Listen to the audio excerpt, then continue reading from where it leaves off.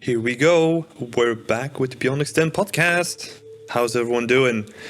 I'm your host, Timothy, and on the other side we have William, as always. Hey, William. Hello. How is it going, man? Going, it's going pretty good. We're in 2021, back at it, back at work. Back at it in lockdown too. Yep. Oh man, yeah. World. We just got I don't think it's just, but we got new restrictions imposed on Berlin, right? So that we can't move 15 kilometers out of Berlin or something. Yeah, it's exactly. It's like a distance-based situation, and it's only you can only meet up with what is it, 2 households? Yeah. Yeah. That's This is gonna be such a weird time capsule where if we talk about it on the podcast, people are gonna listen back and be like, what are they talking about? Not being able to leave your home, or you can go outside, but I mean we only do it for groceries and that's it. Yeah, same. It's weird, man. I'm hoping that we can get over it this week, though. Well, no, not this week. This week. Year. Yeah, I mean, it'd be great if we could get over it this week, but Oh, dude, that would be awesome. I'm not sure if that's gonna be possible. No, I don't think so. I think we'll have to wait a couple more months at least. Yep. Yeah. Yep. Anyway, That seems right. that's not what we're here to talk about, right? We actually wanted to do an episode on feedback, how to give feedback, how to receive feedback, what you can improve there, and where to look for feedback as well. Right.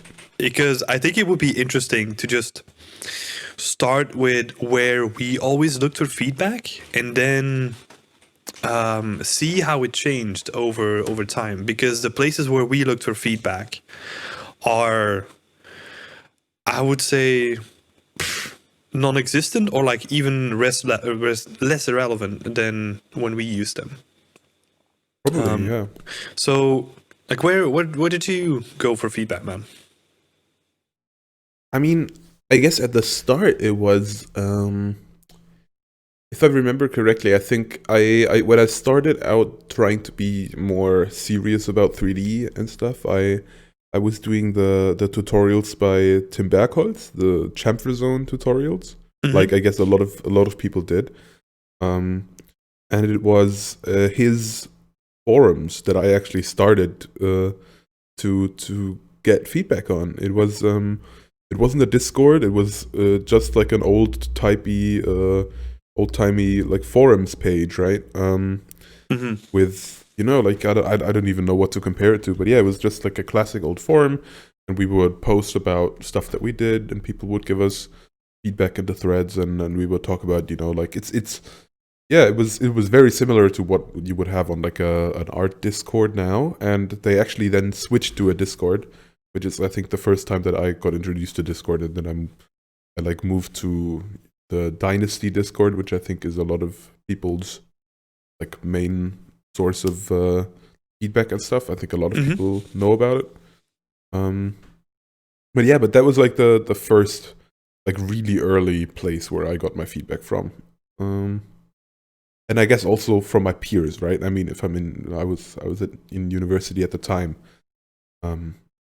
And I would, just, show it to my peers and be like, hey, what do you think of this? But obviously, I realized that the best feedback comes from the people that are not in university anymore, but are already in the industry or have some kind of experience with it, right? So that's interesting because you kind of got in the transition phase between like you mentioned, forums and then moving to Discord. Yeah. Because when I was looking for feedback, it was all still based on forums, like Polycount. Even on Facebook, Facebook was, I'm trying to remember, 10K hours started up when I was looking for feedback or something like that. It was still a small group, and then it just fucking exploded. And that was really good in the beginning, but then I think Yeah, it's really hard to keep track of like just the scale and like the amount of people that are in a group like that. Because especially from 10K hours, like you get so many posts from so many people that it starts to become like really hard to keep track of. Yeah, I personally never really felt like let's say the 10K hours group on Facebook. I I don't know, like the only posts I ever see on there are like people posting stuff that's like super amazing and there's no feedback, it's just everyone saying how great it is. Yeah, Or yeah. people that I think are probably trolling, posting like something very questionable, and then everybody just either trying to figure out if it's a troll or just trashing the artwork in the comments. Like Yeah. that seems to be like the two type of posts that I can really see from 10K hours, and yeah, kind Are of they still going? I don't even know. yeah. It's still, I think it's still there, Yeah, yeah. but yeah, and also yeah, Polycount is something that I kind of completely missed, to be honest. Hmm. I was never on there just because when I then yeah got more serious about it, I did move to that forum, then to Discord, and yeah, Polycount was like never the platform that I was using. So Hmm. yeah, but I have a lot of friends that use that as like their main platform to grow and receive feedback on. Yeah, yeah. I think Polycount was really good. I think it did depend, like from my experience, like you needed to be like a little bit more active to actually get some feedback, right? Because I had like a couple of threads whenever I would like kick up like a new project, I would make like a thread specifically for that project. Mm. And then every couple of days to like once a week, I would post like an update. And then there would probably be like multiple weeks where people wouldn't react. And then there would be like one week when like a couple of people would react with like some really really good feedback. Maybe it also depends on the time that you post, right? Because of time zones and all that stuff. Sure. But yeah, I would say the Polycount was like a really good place to get feedback. It was in my experience, it was very sporadic, but it was really good feedback. Like people really put thought into their feedback. Like they tried their best to explain it, and they did like really long posts like most of the time, Hmm. which was super good You could tell because that they actually put some thought into it. yeah, exactly. Because I think that's also that's where we go into the differences between Polycount and Discord, where Discord is more it's more like your messenger app, right? It's more quick, it's more like short form. People don't tend to put like their entire books on there, if you know what I mean. Yeah, Like yeah, they yeah. just want to keep it like really short and sweet. So they will have good feedback, but it's not as elaborate as you would get it on like a forum or anything like that. That's true. Yeah, it's. I mean, some people. I have had some people that would like take the time and write like a big old message, but yeah, it's usually more like a quick thing. Like that's one thing that you could change, and maybe this or that. Like it's more like a couple bullet points, uh, Hmm. if even, right? Yeah, yeah, yeah, exactly. Yeah, and that's probably also like an issue with Discord. I mean, it's not really an issue, but it's more like it's it's more like a byproduct from just like more messagey kind of apps instead of like old timey forums where the information that's on there is also more fleeting. Like it's difficult to keep track of Mhm. unless you have like a really elaborate system of like setting up pinned messages and all that kind of stuff. But Right. Yeah. I don't know. Yeah, it's just harder to keep track of. But yeah, that's a good point though. Like I think it's been interesting to see from my perspective, just everyone. Well, I would say everyone that was interested in game art just being on Polycount, and Mhm. then the rise of Discord and how people just flock to Discord and like different Discord servers Yeah. because especially when well we have our own Discord server, right? So I think about like the what is it, like the splitting up of the information, because there's so many good Discord servers, like you know, the Dynasty Empire, for example. There's like experience points, there's like the club Discord, there's so many Discords now. And yeah, I think a lot of people, like some of the people that I talk to in our community, they are part of like, I don't know, like 20 different Discord servers, all 3D based. Damn. And it's Yeah. like, it's, I mean, you can technically only keep track of, or like be a really big part of like one or two, maybe, because Yeah.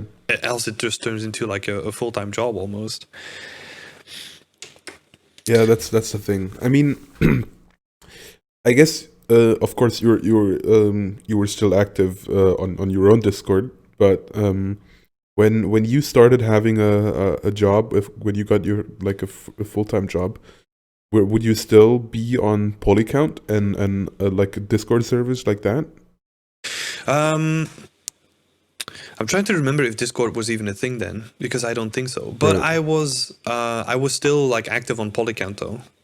But Interesting. that's also because I was always really interested in doing like personal work, right? So I Yeah. was always doing things on the side, and I would always have like a thread on Polycount and also a thread on the Unreal Engine forums too. Those were the two things that I always updated, like every week almost. Yeah. So yeah, I think until like a couple of years, I don't know, a couple of years into the industry, when I finished my last Bastion scene, I stopped doing that, I think. Mhm. And then I just moved on to like Discord. Because I was also doing the blog at that time, and that was also showing my progress. So I was kind of like moving from, well, in my case, I was moving from forums to the blogs to then more Discord, because now the blog doesn't even showcase like my work in progress anymore. Yeah. That's interesting because I when I started my first job, I pretty much kind of left behind all the discords and stuff just because if I had anything to show, if I needed any feedback, I would just ask my colleagues, right? Yeah. I would just go up to my friends and colleagues at work and be like, "Hey, you know, I'm doing this right now. What do you think about that?" And it's not even like because then it doesn't feel like you're asking someone for feedback really if it's you know like on a Discord where you're like, hey, could you please spend some of your time to give me feedback kind of, but Yeah, yeah. it's more like, hey, you're my friend, you know, I'm doing this, what do you think about that, you know, it's just kind of a friendly conversation, then you just talk about stuff, and it's that Hmm. for me that's like the perfect way uh to give and receive feedback is through that like non-formal, informal, just talking to a friend kind of thing. But yeah, and that meant to me that I was like I pretty much stopped using all of those things. But it's interesting to me that you were like still very active on Polycount and everything. Yeah, I'm not now, right? But definitely on Discord. But Yeah. I think that's also because I was never really good at asking feedback in person. Oh really?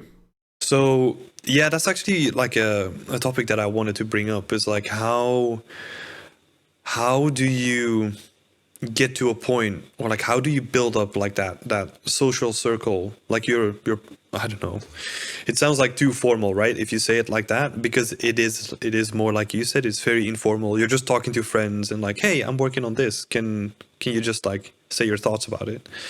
Hmm. But I don't know, like I don't know why I never got to that stage, or like why I never really ask other people in person for feedback. Yeah. I've I've done it a couple of times, but yeah, I don't know. It's a good thing to think about. Like, but for you, it's then more about just talking to people at work, and then the people that you're close with, and then that's asking them for feedback. Yeah, I mean, people whose opinion I respect, right? People just who I think, yeah, have a good grasp on what I'm talking about, what I'm doing, and yeah, like I had a very good. There was a very good friend that worked at at the company I worked at in Spain, and you know, we would just go to lunch together, and then he would show me what he was working on, and I would show him what I was working on, and then you know, we would be like, oh yeah, I think you could do this and this and this, like yeah, all that stuff. Like he would give me some maybe not even feedback on like the artistic side of things, like maybe, but also just some ideas, right? Like feed me ideas and give me inspiration. I would do the same thing for him. Like Yeah. yeah, Just spitballing ideas. Yeah, that's really exactly. interesting because I don't think I've ever had that sort of like relationship, if that makes sense. I think it's also because um I don't know, maybe I don't make the right connections. Maybe I always assume that people don't want to talk about work if they're at lunch, that kind of thing. Fair enough. Yeah. Because sometimes I might have the feeling that I'm just too work focused when it comes to that. And that Right. I sort of harass people when I talk about work that way, where it's like, oh, just leave me alone, man. I'm trying to have lunch. Yeah. I mean, that's the thing. Yeah. You need to find like the right people for that. And yeah, Hmm. that's true. Like um, that was in that case. Like we talked about work all the time. When we were yeah like on lunch break or just like hanging out after work.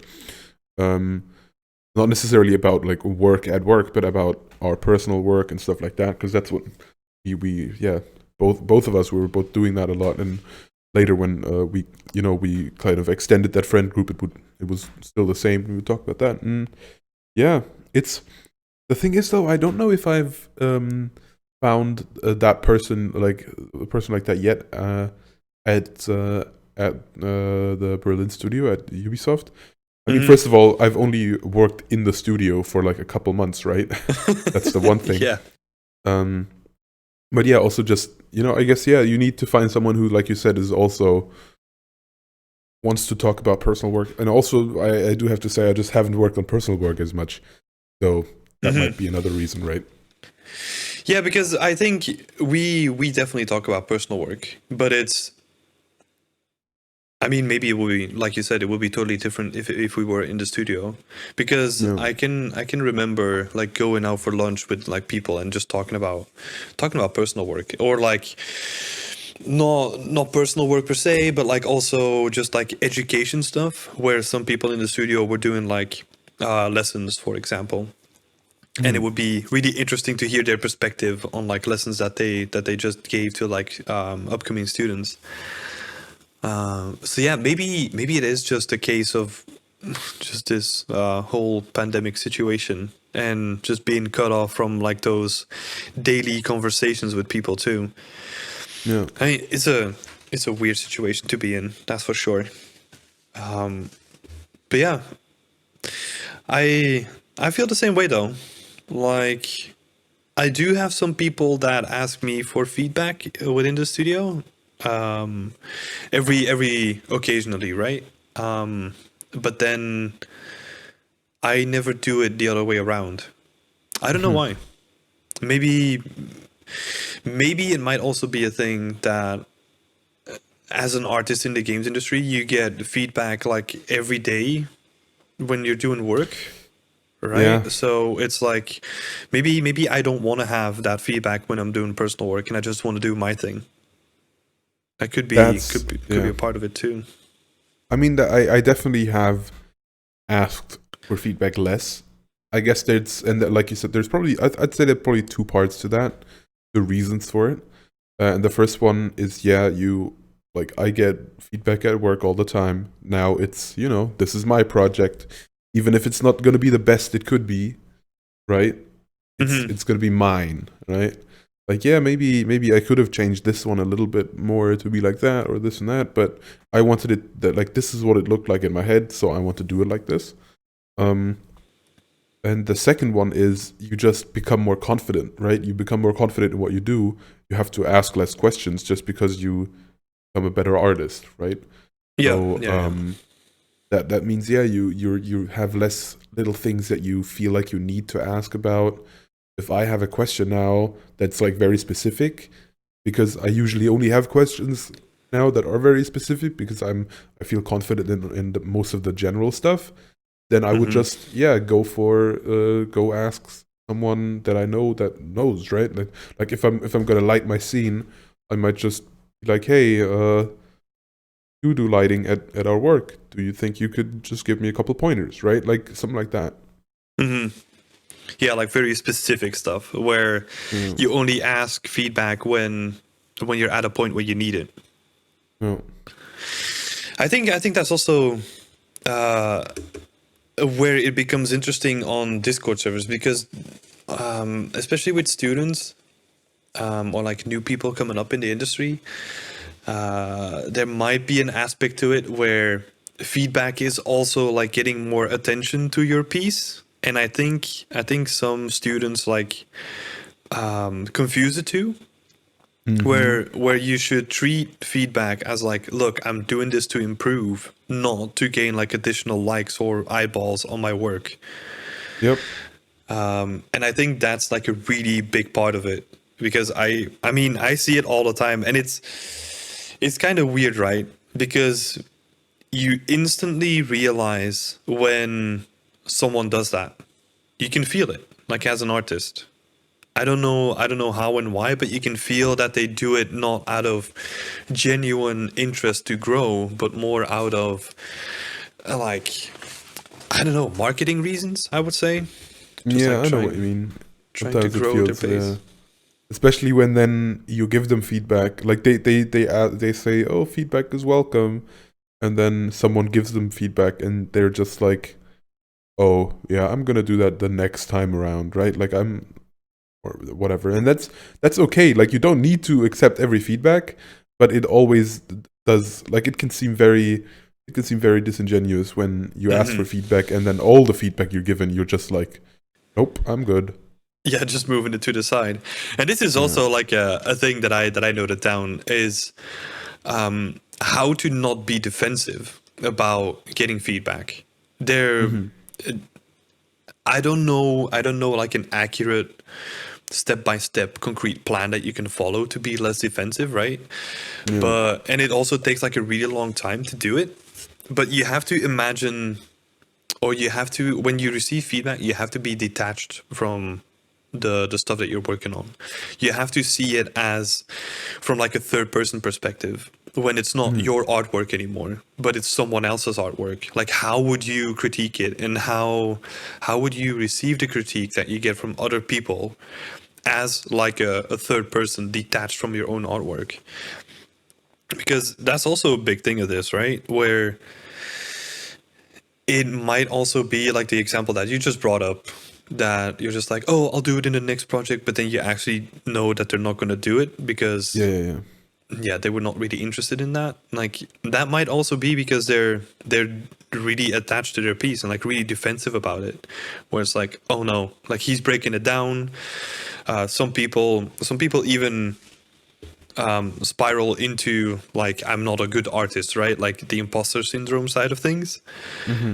But yeah, I think it's really important to try and be objective about it and see it from like a third person perspective. Do you have any what was it? What would it be, like recommendations for that? Like how do you get better at like being objective and looking at your own artwork? I mean, that's a good question. I think, yeah, it's just you need to understand that what like you're in a learning process, right? You're what like at least at the start, you're doing personal work to improve and get better at what you hope, like I guess trying to hopefully become your job one day, right? Like that's you want to make 3D for a living, so you need to get to a level where that's it's enough to get a job in that industry. And you're not when you're showing your artwork, you're not trying to, like you said, you shouldn't try to make it about you, make you feel better in any way because people like your artwork. You should take a step back and I guess, yeah. I mean, I guess it's not really. I'm not really saying how to do it because I don't know. It's yeah. You need to. I think you need to just understand that nothing they say is personal. They're just trying to help you. When they say, "Hey, this you should probably start over, right? Because this is the foundation's all wrong." Then you shouldn't say like, "Oh man, all this time I wasted, all this time that I put into this, and now they're telling me to start over." It's not time wasted, right? It's time that you now learned how to not waste, in quotes, the next time around. It's all a learning process. So I guess that is like my big thing that I would say to people is that yeah, nothing's personal, and you have to like yeah, if you're spending a lot of time on something that quote unquote fails, then you still have learned something in the process, right? Yeah, exactly. That's like the yeah. Yeah, I totally agree, man. Like that's I would even say that those negative quote unquote experiences, right, where something really failed horribly, like those are the best kind of experiences to learn from Mhm. because they're more powerful than the positive ones. I like that you brought up the extreme example of like, look, this doesn't look good because the foundations are wrong. How Yeah. how do you distinguish from like a person actually being like like really negative? Because sometimes you have people like especially on like online forums or like Discord servers, there might be people that are Oh yeah. just I don't know, just having a bad day or like just I mean outright bad if we're talking about like the 1% or whatever, where they just get a kick out of like breaking people down. Oh yeah, I How had that before.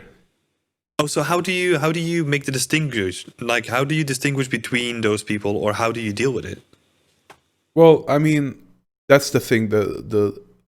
I think the distinction is probably easy to make because if there's no if there's no concrete thing that they're telling you to change or to try and do it differently, then I can already tell you, yeah, they're not trying to help me, right? Like I had a guy.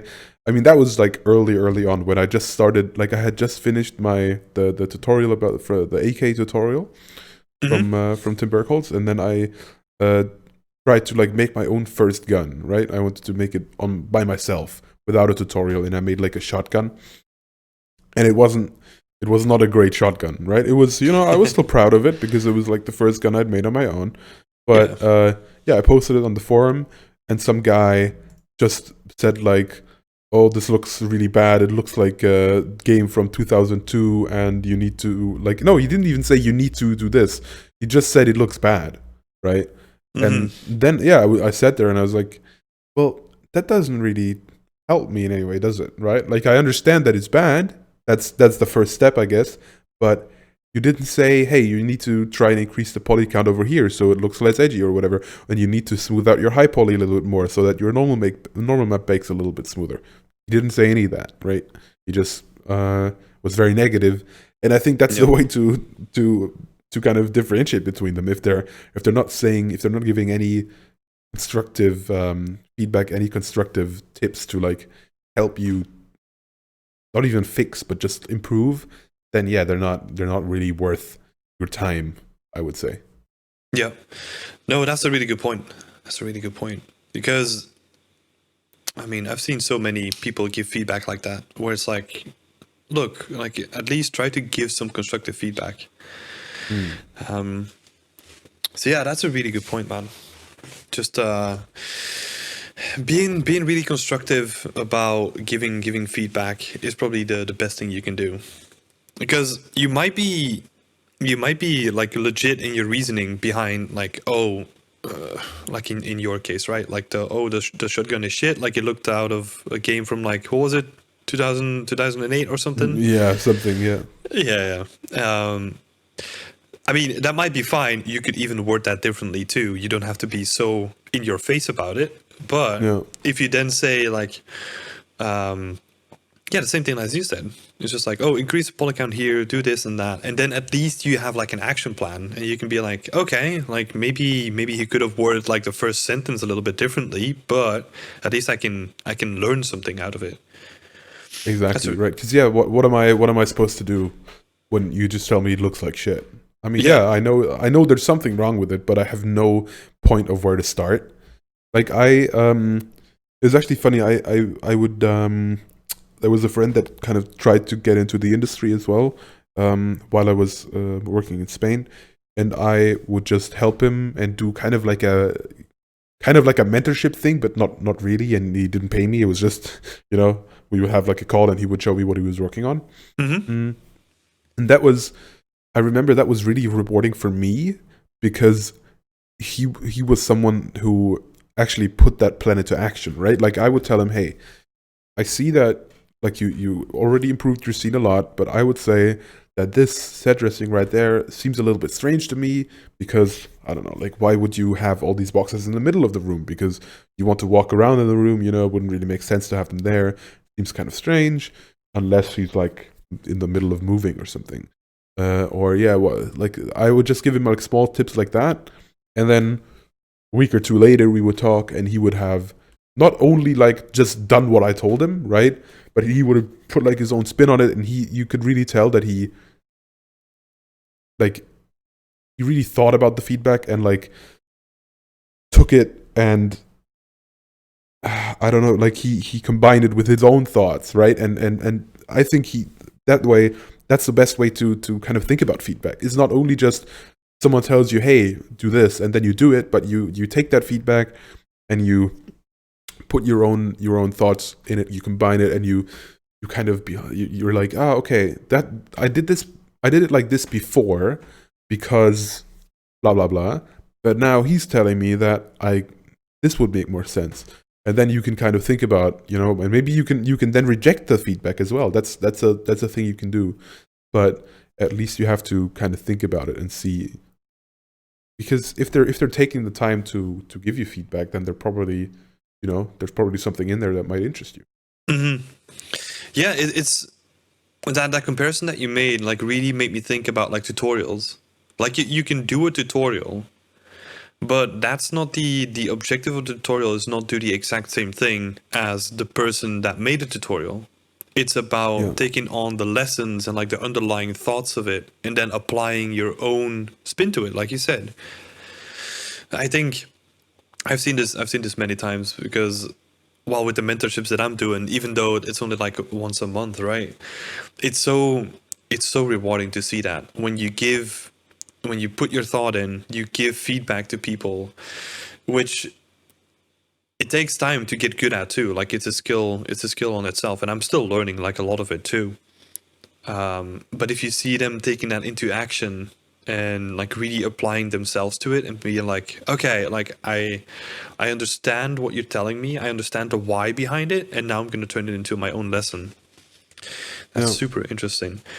To come back to feedback and how to be constructive, sort of. I think it's also important to ask a specific question and not be like you would see on like the 10K hours, like, oh, this is my latest project, comments and critiques welcome. It's Yeah. like, well, no, like do it in like the work in progress stages where you actually have the time to implement that feedback, Yeah. and you, I don't know, like you have this moment where it's like, oh, the lighting feels off, but I can't really make sense of it, I don't know what to do with the lighting. If that's the case, just put it up on like your Discord server, your, I don't know, wherever you get feedback, and then mention that too. Like, this is my current work in progress. I'm stuck on the lighting phase. Can anybody help me? Like you, or any recommendations on like good lighting tutorials or whatever. Yeah. And in that way, you can kind of direct the answers that you're gonna get, and you can cater them towards the thing that you need instead of just asking like, "Oh, I'm stuck. Can anybody help me?" Like that's too general. Like people, you're gonna get overwhelmed by the answers that you get on a question like that because it's not a directed question. Yeah. And then it also removes the thing of that some people have, right, is where you get feedback on something that you already set your mind on, right, and you don't want to change, and then you keep having to tell people off and be like, yeah, no, I don't want to change that. I don't want to change that. And then they're like, yeah, but why are you asking for feedback then, right? Yep. Like you should, if you just say, hey, I don't want to change anything about this, but how can I improve my scene with just changing the lighting or changing the composition or whatever? Like what can I do to like improve that part? Like you said, it's way more efficient. It also it I would say it attracts more people to give you feedback, and it attracts the correct people to it, right? Because then the people that know about lighting are going to see that and then be like, okay, if they just see feedback, please, then it's going to be very generic, and some people might not know that they're asking for lighting feedback, and then they're just going to give any kind of feedback, and that could be helpful just to get like a general gist, but I would say, yeah, it's way more valuable to get, like you said, ask for the specifics. And I think also what it does, if you ask like generic feedback like that, is it will overwhelm you too. Especially if you get like lots of responses on it, where a lot of people are pointing out like different kinds of stuff about your scene. And then at the end of that feedback round, you're just gonna be sitting there being like, fuck man, my scene just looks like shit. Like, because everyone kept pointing out like different things wrong with my scene. And then it's kind of weird. I don't think a lot of people realize that they're hurting themselves by asking questions like that. Where if you would just say like, "Oh, give me some feedback on the lighting, please," then at least you can compartmentalize the damage that you do on yourself, right? So yeah, I would definitely recommend just thinking about the question before you just dump it in like a work in progress channel, and asking for like any feedback. Just help yourself out. yeah, How? yeah, and Go ahead. Go ahead, man. No, but it's if for like as someone who has given feedback, I think it's also that helps with asking for feedback, right? Because then when you know how to give it, you kind of know what to ask for, I guess. And yeah, it's what can be really annoying to me is if people don't give any thought to your feedback and just like especially when they ask you for it, right? If they didn't ask you for feedback, then you can't be angry if they're not gonna obviously like appreciate your feedback, because if they didn't ask, then you have no business telling them anything. So yeah, but if they ask for your feedback and then you tell them and you put your time into it, and they just brush it aside and are like, no, I'm not going to do that, then that can feel really bad. And that's why, yeah, that also doesn't happen when you ask for specific feedback, right? Or it doesn't happen as much, I would guess. Because if the person asked for specific feedback in the first place, then they're probably more open to actually doing that feedback, because that's what they were planning on changing. Yeah. Right? Yeah. Yeah, that's a good point. And I think it's also, I've had a couple of instances where people ask me for feedback, and then I always want to give them really good feedback, right? So I actually take the time to sit down and like really think about what I would say and like what I would find the most important things to adjust if we're talking about like generic feedback, right? Because I also want to, I've given a lot of feedback before, so I kind of want to be really specific about where I want to focus your attention into. But then there are some people, like you said, that I put all that thought and time into it, and then they're like, "Oh God, that's so good. I'll just implement that straight away. I'll send you like an update like next week or like 2 weeks from now." And then they send like an update, and it's like, "Oh, what do you think?" And they haven't applied any of the feedback. No. And then I'm like, "What? Why? Like, why? Why should I bother with giving you feedback if you're not gonna apply it?" And then I'm not mad. I mean, it sounds like I'm mad, but I'm not mad about the time that I put into it. But it's like there, if you don't listen to that feedback, that's fine. I can live with that, but at least explain it, or give me like some pushback in the beginning, because you might be totally fine in your reasoning too. Well, say Mhm. I'll give you feedback on, I don't know, this and that for your scene, and then you push back and say like, look, but I wanna have it specifically like that because I wanna settle this kind of mood. And then it's Mhm. like, oh, okay, now it makes sense to me as well, and then we can just move on to like the next thing, instead of, it's supposed to be like a conversation, not just like a one-sided thing where you just take on everything I say or don't because you hate it. Like that could also be a thing. Like Yeah. have that conversation, because it's also gonna help you with thinking artistically, because then we can Mhm. actually talk about like the why underneath the feedback, Yeah. and that's like super important. And that's the thing, right? So when I when I would say, like, if you're starting out asking for feedback, you definitely have the right to just completely decline, taking their feedback, right? And be like, yeah, thank you for the feedback, but I'm not gonna do that at all. But I think especially at the start, you have to understand that probably if you're just starting out, you don't know a lot yet. There's probably a lot of people that know more than you. And if you're just asking general questions, then it might be a little bit hard to see who knows best about some part. That's why, again, it helps when you just ask for specific feedback, and then you can find experts on that specific issue, and you get the best feedback, and then you're pretty much sure that they know more than you, and you can take their feedback and not be like, oh, I don't know if I'm making my scene better or worse, right? Yeah. Um, so yeah, but as a general tip at the start, it's probably best to accept most feedback, because the people are trying to help you. They're putting their time in, and they like if you're asking them for feedback, that probably means that they're in a position where they know more than you. Unless it's on a Discord and it's just some other guy who's also asking for feedback, and then he just feels like he can say something about that, which Hmm. whatever. Um, but yeah, you should definitely respect the people that you are asking for feedback, because, like we said, they do put their time in, and also, yeah, they have a lot of, or I guess, yeah, usually they have a lot more experience than you in that specific field, so they know what they're talking about. They know how to solve that problem if they were in your position, right? Like, um, and that's why, yeah, I think it's so valuable to have that feedback and to use it. I remember, like I said, there was this one guy who had he put his own spin on my feedback, and he made it made his scene a lot better, and it was great.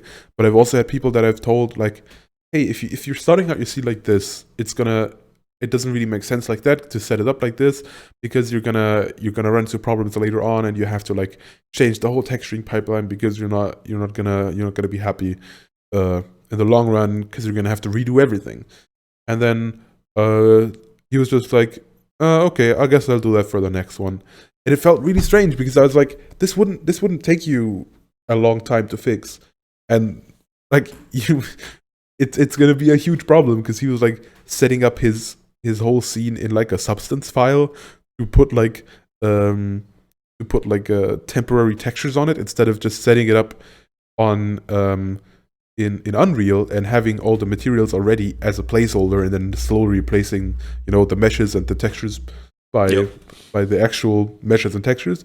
He did like a block out and put it in Substance, and like did a unique UV for everything and textured it in there. And I was like, but that's like, you never want to work like, you always want to work forwards, right? You Yep. always want to take what you already have and then move it forwards, and he was kind of working sideways, because he was doing like a new branch, right? He was doing that, which in the end he would never use, and he would have to completely remove again to replace it, Hmm. instead of working with the same meshes and just pressing a button and exporting them again, and then they're updated, whatever. So yeah, Yeah. and that was really weird. Like, I've done a lot of this stuff. I know how to set up a scene and how to do it, and there's a lot of different ways, but that's not one of them, right? Yeah, Um, sometimes it's just kind of weird when people ask that, and it's just like you get this feeling sometimes you just get this feeling when talking to people like that, where it's like, look, why do I even bother? Like, if you're not gonna listen anyway, then I don't know, why am I here? Like, Yeah, you're exactly.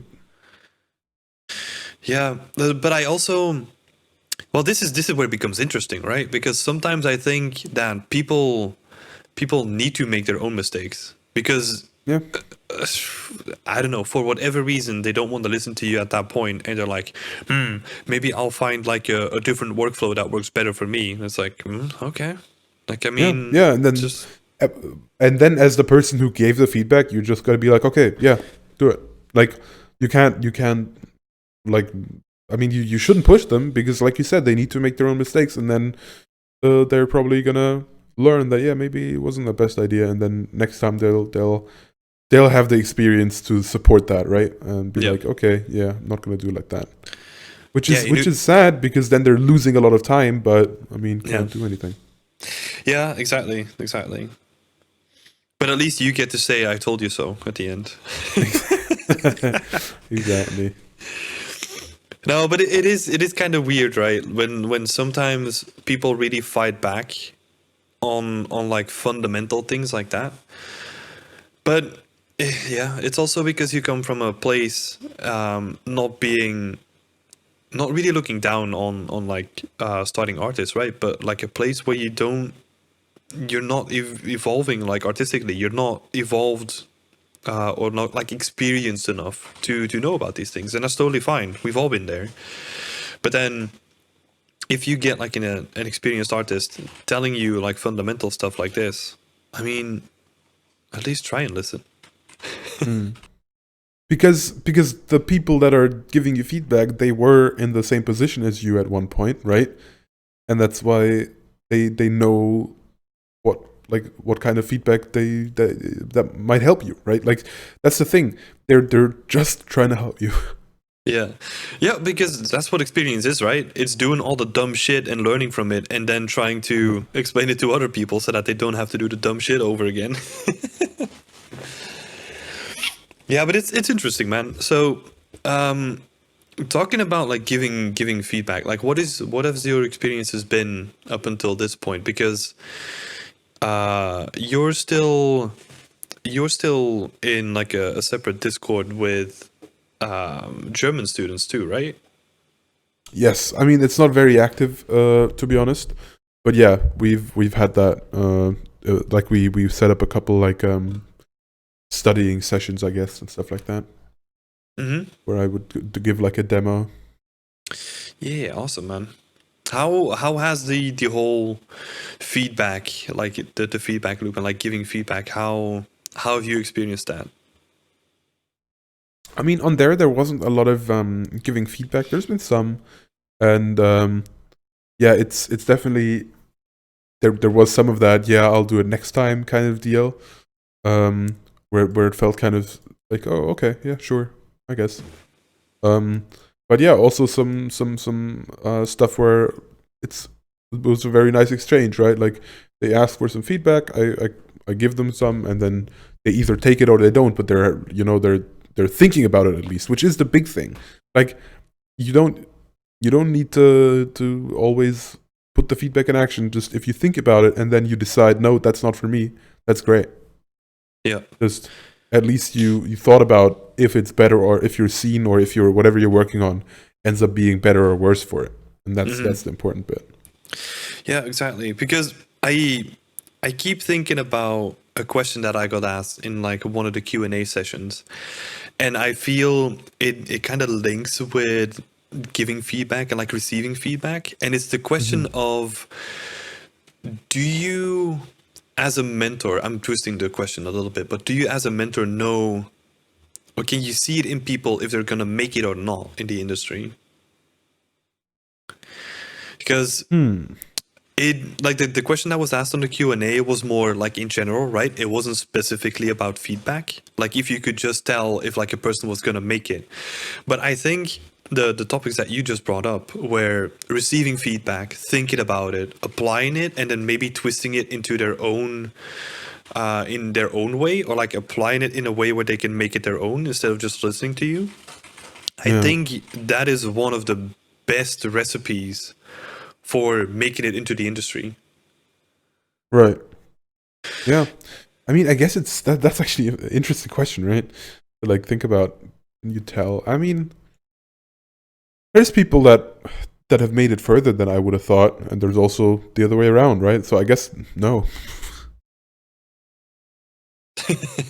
Well, it's a difficult question too, right? Because I was thinking about it on the Q&A, like live on Twitch too, and I mean, it really took me back, where I really had to think about, um, because I want to believe that everyone can make it, Hmm.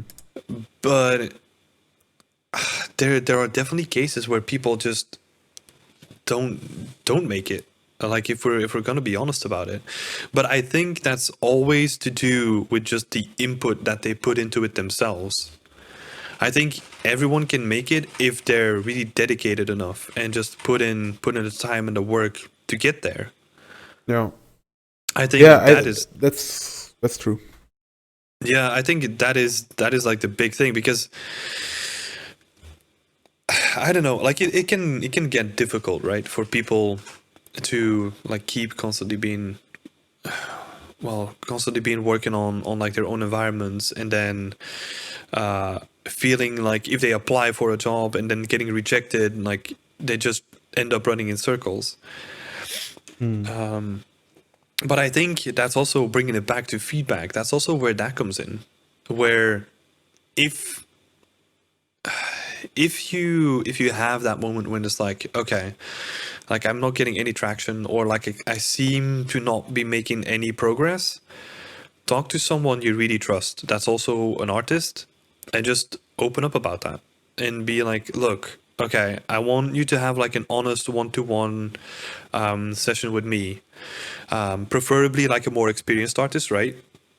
Yeah. Who knows what they're talking about, and just have like a one-to-one that's just like, okay, let's be honest about your portfolio or like your work. And it might hurt in the short term, right? But I think if you really apply those lessons that you get out of that feedback session, that you're gonna grow so exponentially, because with giving feedback, there's always a little bit of sugarcoating that happens, right? You try to the sandwich technique, where you have like one piece of good feedback, Yeah, and yeah, then the yeah, thing yeah. that you want to adjust, and then another piece of good feedback. But sometimes it's also good to just have that moment of like, okay, I'm gonna lay it all on the table. I'm gonna tell it the way that I think it is personally, Yeah. and then take like your time and see how you can apply it to yourself. That's yeah, and it's actually funny that you said like the whole thing about that one-to-one situation, because with that person that like that was doing so great on like using the feedback and making their stuff better and better. Um, I actually had like that kind of situation with him where I was like, hey, if you want to talk about it, sit down, let's do it, and we did, and I pretty much just told him, yeah, if you want to really do this, then you should probably um focus like pretty much completely on your personal work, even if like, because I mean I've talked trash about my university enough, but like I told him to like just do the bare minimum for your university, and um just focus on your portfolio, and then yeah, like half a year later I recommended him to the company I worked at in Spain, and he got the job. And yeah, because he had like he took that, like you said, he took that to heart, right? And he was like, okay, if I really do need to change, and I'm gonna try and focus all my efforts on what I really want, and it worked. And he did put like a ton of work in. So yeah, that's, I think that's, like you said, it's that's like the ultimate feedback, right? Like when Yeah, you're with like when you have a person that can give it to you straight, like you said, right, and not sugarcoat it. yeah, yeah. Because I honestly think you need that. Yeah. Because the most memorable experiences that I had from feedback were probably the worst experience that I had, where it's just Mm. like people telling it to you straight, and just I remember this is like long ago now, but I remember um, just going in with like my end presentation for like I don't know which year it was, like the fifth year of like high Hmm. school or something. And I remember going in and being like sort of proud of what I did, and then like you had to present it in front of a jury of like four people, and they completely broke it down, and they were just like, "Look, honestly, I think you just need to start from scratch again. Like Yeah. really think about it." But in a productive way though, right? Not in like the way that we were talking about earlier. Um, they probably did it somewhat productive, but like honestly, if I look back at it, there wasn't really anything good to say about it, really. It just felt bad. Yeah. Yeah, but yeah, it felt bad. But then it also depends on like the character that you have, right? Because Mm. I left that room crying. I still remember that. Oh. And then completely distraught, I went straight home, and on the bus I just turned all that frustration and like that emotional stuff into like, okay, fuck it, I'm gonna show them next time. Yeah. But yeah, I think going back to like having all your cards on the table, right? Like it's sometimes it's good to have that one person you trust and that you value their opinion, and just saying like, okay, look, I've been in this rut for like a couple of weeks or a month or whatever. Like I need someone to give it to me straight. And then no hard feelings, just put everything on the table. Yeah. And then just take stock of where you're at and like where you're gonna be. Because sometimes you kind of need that hard reset. Yeah. Yeah. I agree. It can be very it can be very hard to like hear where you're standing, right? But it can give you a great perspective. I mean, that's the thing. I don't know if I had like that exact experience at any time, but I do remember when we would have like portfolio reviews, like, and somebody would tell me, yeah, you're doing some good stuff, but you're just not ready. You need to improve this and this and this, and Yeah. unless you improve this, you're not going to be able to get a job anywhere. And then yeah, and the thing is also some feedback, like you said, if you have like the sugarcoaty feedback, it can be even. I would say it can be detrimental. It can hinder you. Like Yep. at my university, it was kind of like felt like a little bit of an echo chamber at some times where like there was a couple of people that were doing pretty well, but only in that little ecosystem of the university, right? Like there was like the one guy that was doing really nice modeling, but and he was like the best of the university, but he still wasn't good enough to get a job, right? Yeah. So, but everyone kept telling him how good he was, and I had like, oh yeah, this like people come up to me like this was really cool, this was really nice, this looked great, and of course it makes you feel good. Of course, if someone tells you your stuff's cool, it makes you feel great. But then I just realized, well, I mean, all these people telling me that I'm good, but unless I'm good enough to get a job, I'm not good enough, right? Like I might be good for university level, but that's not enough for me. And Hmm. I think until you have that realization, it's easy to kind of get stagnant and be like, oh, yeah, my teacher gave me a good grade on this, so I guess I'm the best, right? Like if you simplify it a lot, and it's not like a conscious thing, right? It's probably more like a Yeah. subconscious situation. But yeah, it's just you have to understand where your goals are, and you have to focus on that instead of. I mean, yeah, maybe you just want to be the best at the university, but probably you also want to make money at some point and actually get a job. Yeah. So yeah, Yeah, I think, man, that's such a good point because I was always like a mediocre student, and mm, I'll keep saying this over and over again. I was never the best at anything. Like mm, I loved Unreal. Like people would talk to me about Unreal stuff because I was one of the first people that made the jump from like UDK to Unreal Engine 4. yeah, But other than that, like I was pretty mediocre. Like my modeling was pretty bad even, I would say. yeah, But yeah, it was super interesting to see then I would never really care about feedback. Like I would never ask for feedback. I would listen to the teachers, of course. Mm. There were other teachers, but there were some teachers um that had a way of talking or like explaining stuff that made it really impactful and like really constructive, right? And usually that ended up being the people that had like industry experience, because there were Yeah. also people that didn't have that industry experience. And that's kind of the same thing that you're saying too, right? With listening to students, it's like, oh yeah, it's a nice compliment, take it on and like use it as like a little bit of an I don't know, like an Like a endorphin hit. boost. Yeah, Yeah. exactly. But realize that other than that boost, there's no real value to it. Yeah, and that's the thing, right? Because I I um I got all this praise because I could like I was like one of the few people that knew how to like do a good bake and texture it more or less okay, right? Yeah, But that's the thing. I only knew how to do like that one pipeline. I had no idea what even like what trim sheets and real like good tileable texture like best practices are and all that stuff and like how to make like a really nice environment. I just literally I knew how to do like one pipeline, and that's the thing.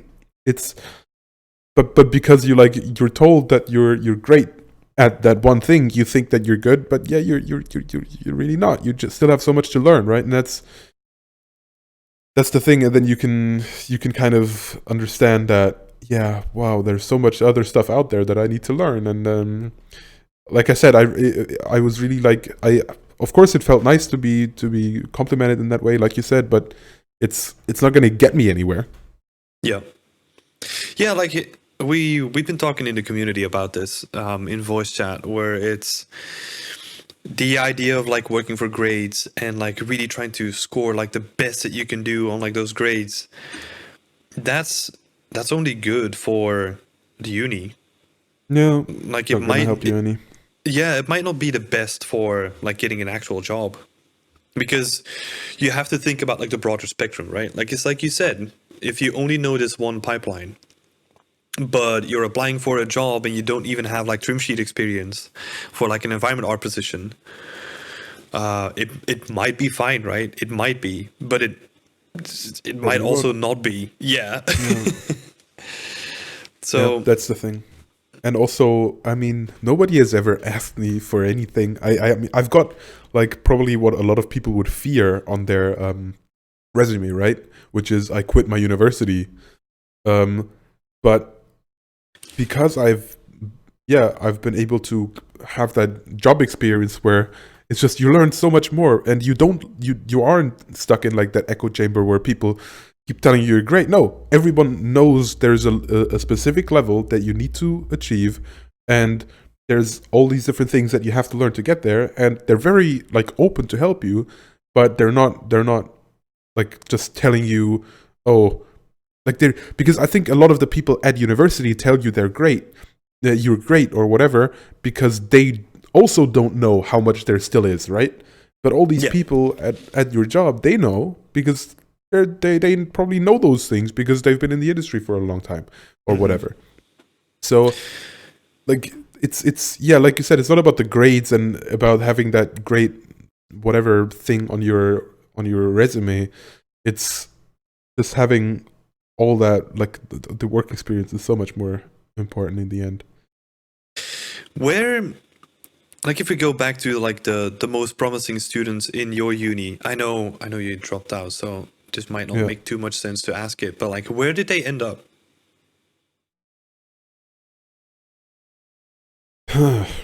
I do have to think about that. I mean, I would say Ali's one of them, and she's working with us now.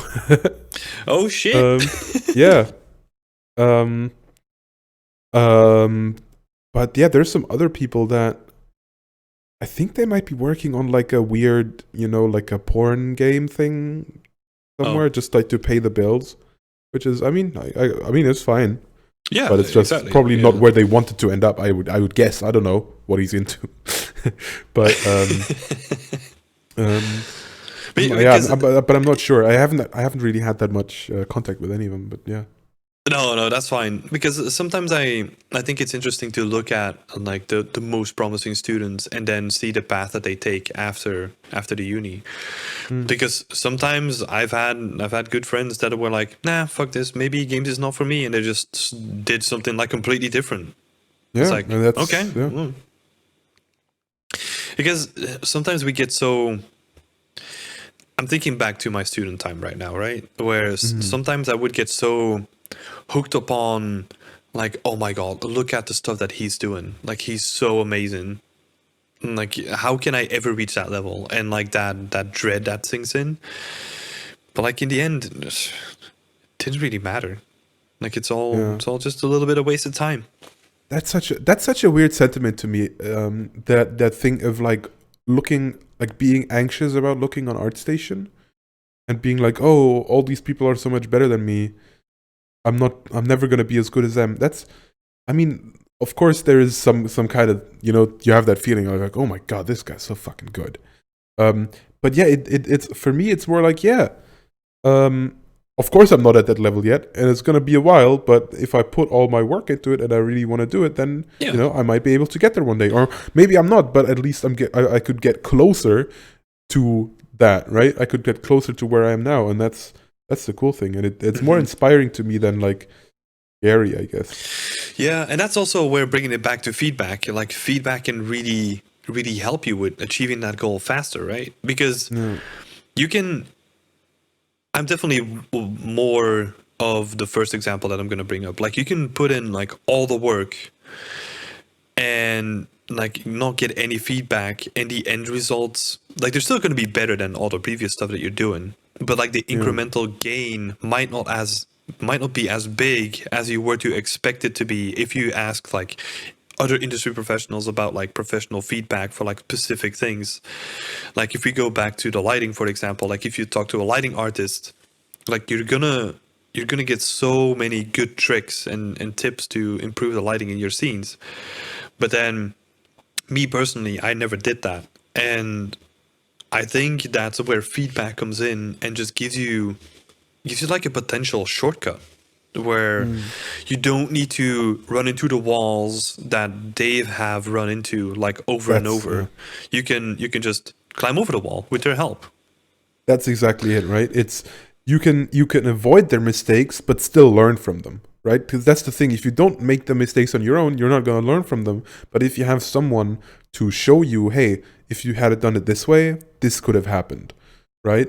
And but you can still skip all the negative parts of it, but you can still get the positive effect of making that mistake, even though you didn't have to live with the consequences of that. Yeah. It's like you said, it's kind of like a cheat code. It's someone helping you over the wall. You can make the experience without suffering the consequences of making that experience. It's a weird way to phrase it, but I think yeah, I get you it. know. I get it. Yeah, yeah.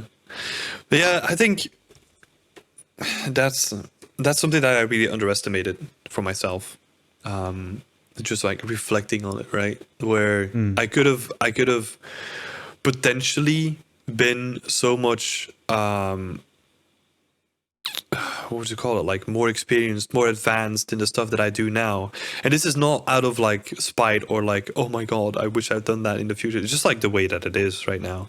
mhm. But yeah, that's why I recommend, like, I think you brought up like a good point. Just find those people that inspire you for like specific things, like, oh, lighting artist, like go look Mm. at, if you want to fix your lighting, go talk to a lighting artist. And the same applies for like environmental storytelling. If you know someone who does like really good environments and they tell like interesting stories, like talk to them instead of Yeah. talking to like a hard surface artist to give you like tips on like set dressing, right? Yeah. I even did something that I probably wouldn't do anymore now, but I was working on the lighting for a scene, and I just kind of hit up some guy in my Facebook uh, friends list that I added a while ago that I knew was like a great lighting artist, and I was like, hey, could you just give me some pointers? And he did, and it was great. I probably wouldn't do that anymore now, just because I don't know. It always feels kind of weird to just hit up people that you don't really know. and ask them for stuff. But yeah, now I would just ask a friend of mine, right? Someone at the studio who's a lighting artist or whatever. Yeah. But yeah, that was a really cool experience as well. I wouldn't recommend it, but there's a lot of different ways. And like I said, if you search for like someone that's an expert in a specific field, then you're always going to get the most valuable feedback that applies to your specific situation, right? Mm-hmm. Why wouldn't you recommend that? I don't know, because I think some people might not like it, right? And if too many people do it, then some people might just get really annoyed. I don't know if how I would react if someone just like came to me out of the blue and asked me for some, because I didn't only ask him for feedback, right? I asked him like, how would you set up the lighting for the scene? And he did like a pretty big, like almost like a little breakdown, right, of how he would do it, which was really nice. Yeah. So I think that's the only thing I don't know if I would do it again, just because it could feel like you're kind of putting him on the spot and you're like, like you're demanding something, which I mean, that's not what I was doing, but it definitely can feel that way and come off that way. Yeah, I think it starts with just asking the question, right? Like, hey, do you mind if I ask like a couple of questions about my work in progress? Because without that initial step of like asking that question, I've had people reach out to me where it's like, hey, I'm working on this. These are my screenshots. Like, what do you think? It's like, whoa. Hey, you should never do it like this. Yeah. Can we get like a little bit of an introduction here? Like, so it was kind of weird, but that's true. Yeah, this is also something that I wrote down as well. Like, it sort of links into it, and it's a voice chat and like making use of voice chat on Discord servers. Because I feel it's a high barrier of entry, right? Like most people are not comfortable, say for example, on like the Dynasty Empire, like a really big server where you see like maybe, I don't know what the max is, like 10 people in a chat. Like most likely you're not just gonna jump in there and just like, hey guys, can I ask for feedback? Yeah. It's gonna be super uncomfortable. But I think there's definitely value in it though. And I'm still experiencing or like experimenting with ways on how I can kind of make it more, what should you say, like attractive or like open for new people to approachable, maybe. Yeah, approachable is a good word. Where I'm still trying to make it that in sort of a way where you can just like drop in, like ask a question and drop out if you wanted to. But I think there's way more value in that and just like actually talking about it. And then it's all about that quick communication, right? Where say you join a voice chat and we talk about random stuff, just like a little introduction in the beginning, like, hey, how are you doing? How's your day? Blah blah blah. And then you ask like a question about your set dressing in your scene, and then we can have like a 15-minute talk about like how and why I would approach it in your scene and what the underlying reasoning is, instead of me doing like an overpaint and like have a couple of pictures that take me like an hour to prepare with like some overpaints or whatever. Like it's just quicker that way. Are you active in like voice chats or discords with voice chat or anything like that? I mean, more at like the start of quarantine when I was doing that on my own server, right? And we would do like those little sessions, and we would record like just me working on something and then giving feedback to people that were asking stuff. But yeah, not anymore. What was your experience? Like, how was it? How was it structured, or was it like really free form? It was. I mean, I always, like in that case, I was setting it up, so there was some kind of structure to it because I thought about what I was going to do beforehand. But obviously, if someone had like a specific question, we would kind of go for that and then talk about that thing and kind of move and stray from that plan that I might have originally had, right? Yeah, that's interesting, man. I'll need to pick your brain sometimes if we want to do something like that. But yeah, anyway, man. Let's see. Because I wrote down like a bunch of notes, but I think we went over like a lot of them Yeah, already. we've covered a good amount of it. Do we wanna go back to like the Patreon questions? Are we doing that again this year, or what do you think? Well, I kind of do them on the AMAs right now, right? So true, yeah. But let's see. I can scour like really quick and see if we have like something in there. But you know what? Maybe we should give like a couple of like quick tips, like on like a small recap on like first of all, how to give feedback. Like, what would your recommendations be there? First of all, I think the most important thing is to make sure the person wants feedback, right? Only give feedback if they're asking for it. Never just come out of the blue and be like, hey, this looks like shit, or this looks. I mean, I guess you can tell people this looks great without, without them asking for feedback. But yeah, only give feedback if they've asked for it, and if they have asked for it, make sure like if you are in that kind of like place, like if you're like that friendly with the person, if you can like actually be real about it, right? Like Timothy said, and not beat around the bush and just give real feedback, and try to be constructive.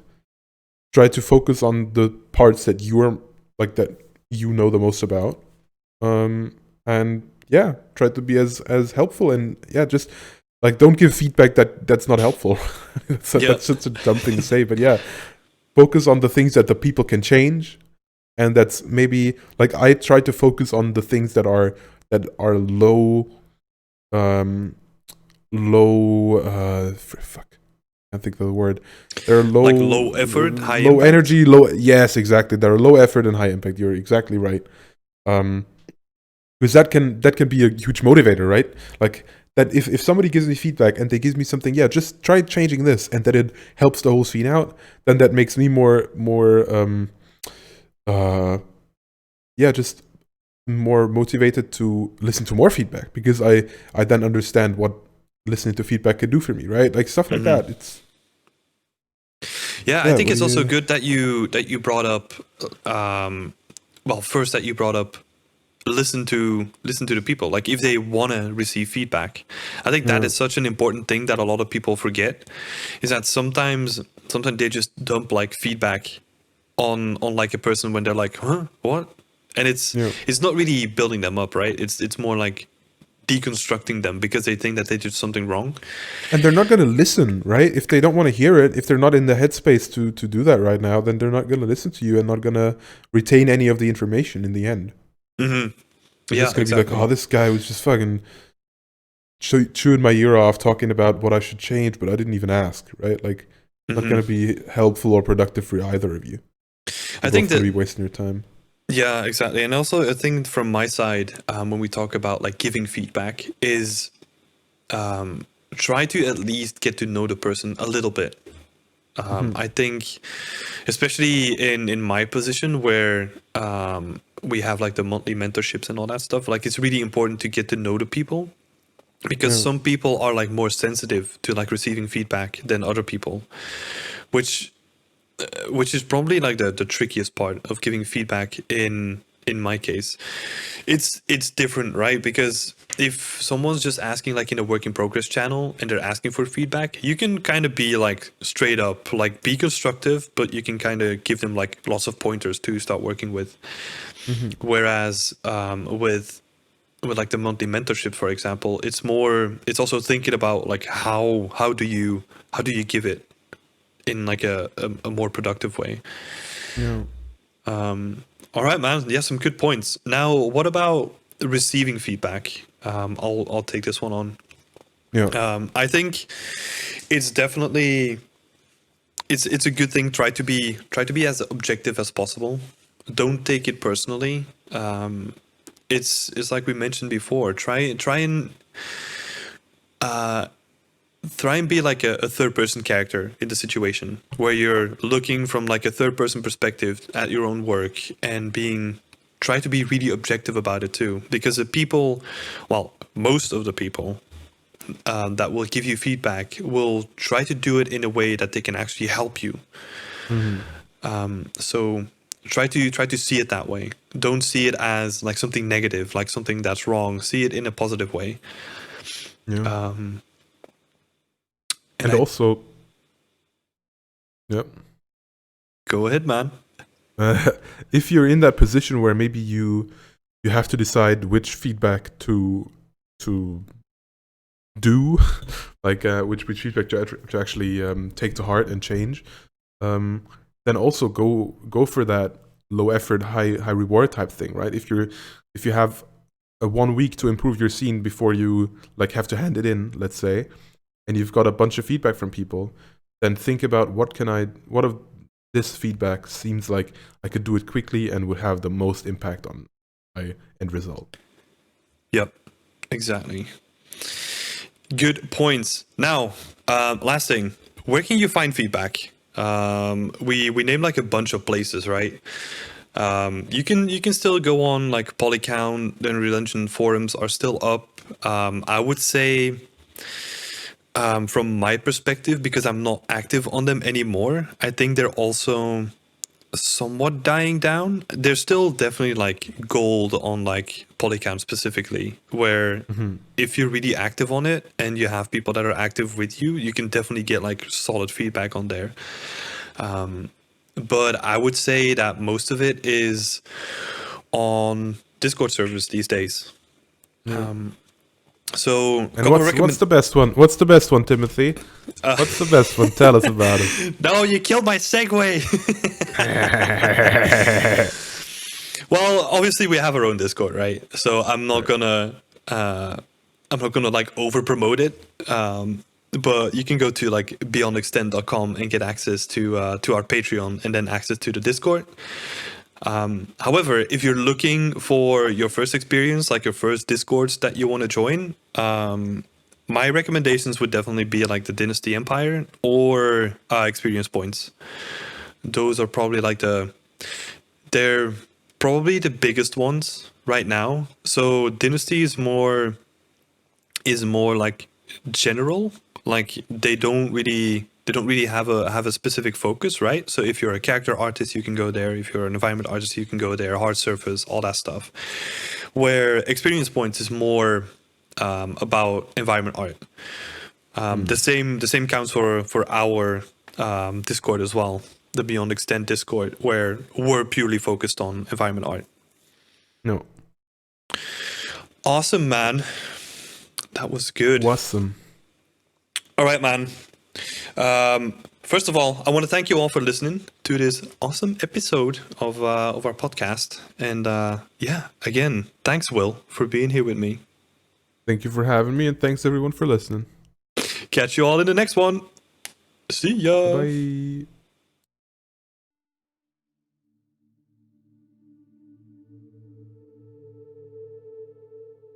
We hope you enjoyed this episode of the podcast. If you did, then don't forget to like and subscribe, and don't forget to share it with your friends.